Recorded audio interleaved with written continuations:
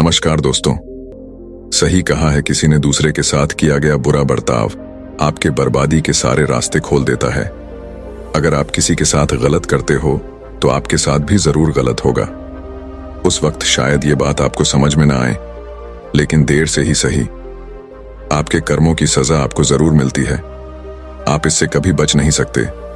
जो आपने किया है उसका अंजाम आपको हर हाल में भोगना ही पड़ेगा। अगर आप किसी का दिल दुखाते हो या अगर आप किसी के साथ बुरा करते हो तो देर से ही सही, लेकिन कभी ना कभी आपको आपके कर्मों का फल भोगना पड़ेगा। आइए इस बात को हम एक कहानी की मदद से समझने की कोशिश करते हैं। गौतम बुद्ध हर दिन की तरह उस दिन भी सभा कर रहे थे। तब तक एक ने उनसे पूछा कि गौतम बुद्ध, कर्मों का फल कैसा मिलता है? कृपया इस बारे में आप मुझे समझाएं। गौतम बुद्धा कहते हैं, एक समय के बाद रामू और श्यामू नाम के एक गांव में दो भाई रहते थे। श्यामू अक्सर रामू को देखकर जलता था, क्योंकि रामू स्वभाव से बहुत अच्छा था, लेकिन श्यामू का स्वभाव ऐसा नहीं था। उसके दिल में दूसरों के लिए कोई दया नहीं था। वो हमेशा दूसरों का अनादर करता और उन्हें नुकसान पहुंचाता रहता था। धीरे धीरे काफी वक्त गुजर गया। रामू श्यामू के माता पिता अब इस दुनिया में नहीं रहे। रामू ने खूब अच्छे से उनका अंतिम संस्कार किया और गांव वालों को भोजन के लिए आमंत्रित किया और ब्राह्मणों को दान दक्षिणा देकर उनको विदा दिया। वो हर साल माँ बाप की बरसी के लिए हर साल पंडितों को दान देता और भोजन कराता, लेकिन श्याम को यह बात पसंद नहीं। वह उसे अभी भी देखकर जलता। अगले साल रामू ने राजा को बुलाया और राजा के सामने पूरे गांव को खाना खिलाया और दान दिया ताकि उसे माँ बाप स्वर्ग में खुश रह सके। ये सब देखकर राजा श्याम से बोलते हैं, श्यामू, तुम्हारा भाई तुम्हारे माँ बाप के लिए इतना कुछ करता है, तुम ये सब क्यों नहीं करते? क्या तुम्हें समझ नहीं है कि तुम भी अपने माँ बाप के लिए कुछ ऐसा ही करो? श्याम में कुछ नहीं बोला और वहां से चला जाता है। वो इस बात को लेकर गुस्सा होता है कि आज रामू की वजह से उसकी राजा ने बेइज्जती कर दी। वो अपने अपमान का बदला लेने के बारे में सोचता है और अगले दिन एक ढोंग करना शुरू करता है। नगर के सामने जोर जोर से चीखने लगता है, मेरे माँ बाप मेरे सपने में आए थे, वो स्वर्ग में खुश नहीं हैं। वो चाहते हैं कि कोई उन्हें वहां जाके खाना बना के खिलाए, वो तभी खुश रहेंगे। उन्होंने मुझे सपने में कहा था, जो रामू को मेरे पास भेज दो, वो उनकी बहुत सेवा करता है, वो इसके साथ बहुत खुश रहेंगे। राजा कहते हैं, ये तो अच्छी बात है, लेकिन इसके लिए तो रामू को मरना पड़ेगा। रामू को सब समझ आता है, ये सब कहीं ना कहीं उसको फंसाने की चाल है, लेकिन वो कहता है, चलो इसी बहाने मैं जरूर सेवा करके दिखाऊंगा। रामू मरने को तैयार हो जाता है।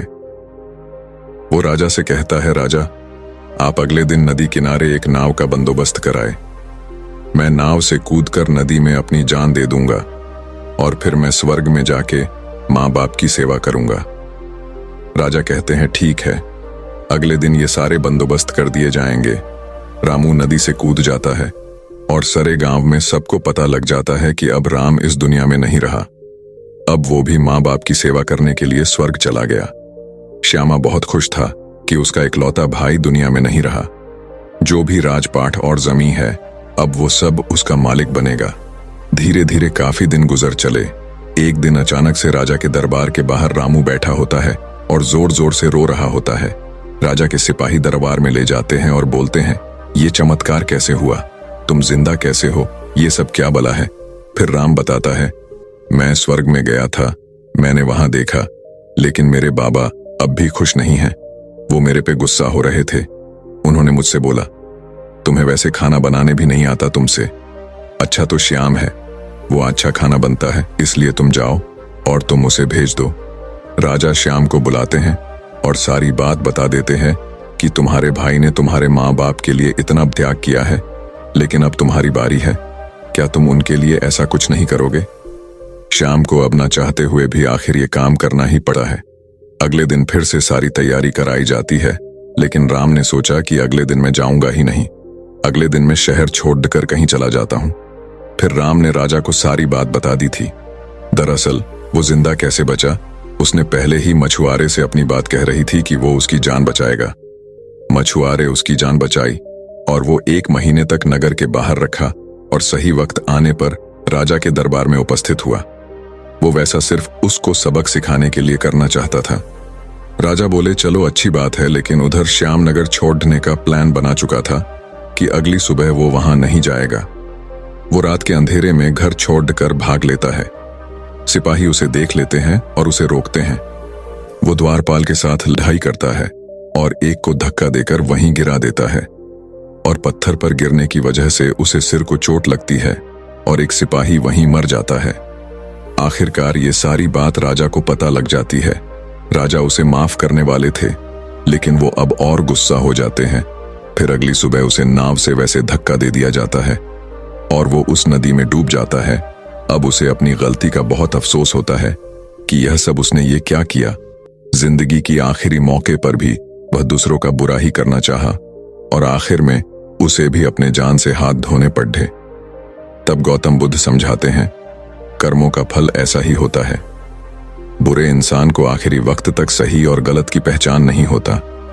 जिंदगी ऐसी ही नहीं चलती, जिंदगी समझने की चीज है।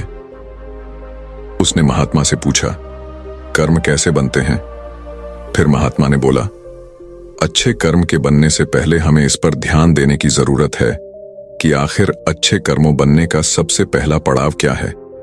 मनुष्य के द्वारा किए जाने वाले सभी कर्म उसके विचारों से निर्मित होते हैं। हमारी सकारात्मक या नकारात्मक सोच विचारों को जन्म देती है और वही विचार कर्म बनते हैं। इस तरह सोच सकारात्मक होने पर ही अच्छे कर्मों का निर्धारण हो सकता है। उसने फिर महात्मा से पूछा, पाप का फल कब मिलता है? फिर महात्मा ने बोला, पाप का फल किए गए कर्म पर निर्भर करता है।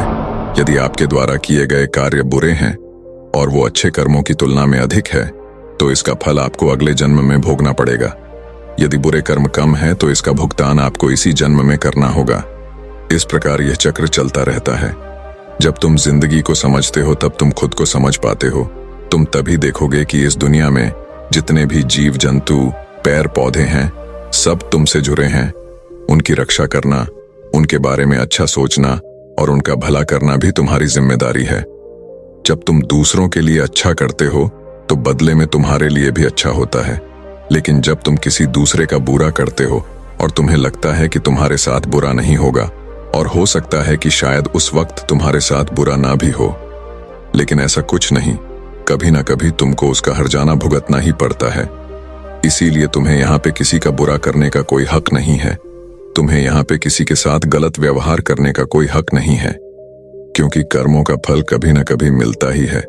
बाकी अगर ये कहानी आपको अच्छी लगी हो तो इस वीडियो को लाइक करें और ऐसी और कहानी सुनने के लिए YouTube चैनल को सब्सक्राइब करें। तब तक मिलते हैं हम आपसे ऐसी ही एक और प्रेरणादायक कहानी के साथ अगले दिन। धन्यवाद।